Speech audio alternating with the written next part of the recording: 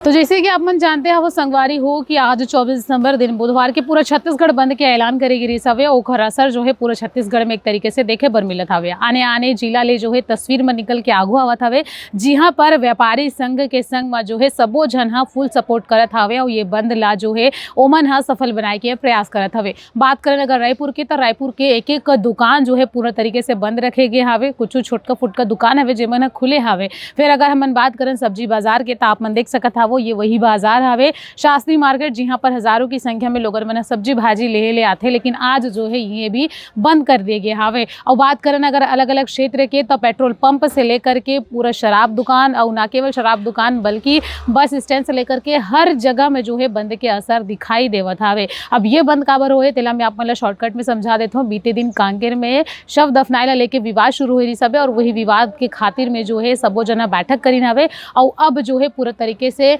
शांति व्यवस्था बनाए के खातिर में एक दिन के पूरा छत्तीसगढ़ बंद के आह्वान करेगी रही हवे, जेकर असर जो है आपन भली भांति देख सकत हावो। फिलहाल आपमन के क्षेत्र में का स्थिति हवे आपमन कमेंट करके जरूर बताओ।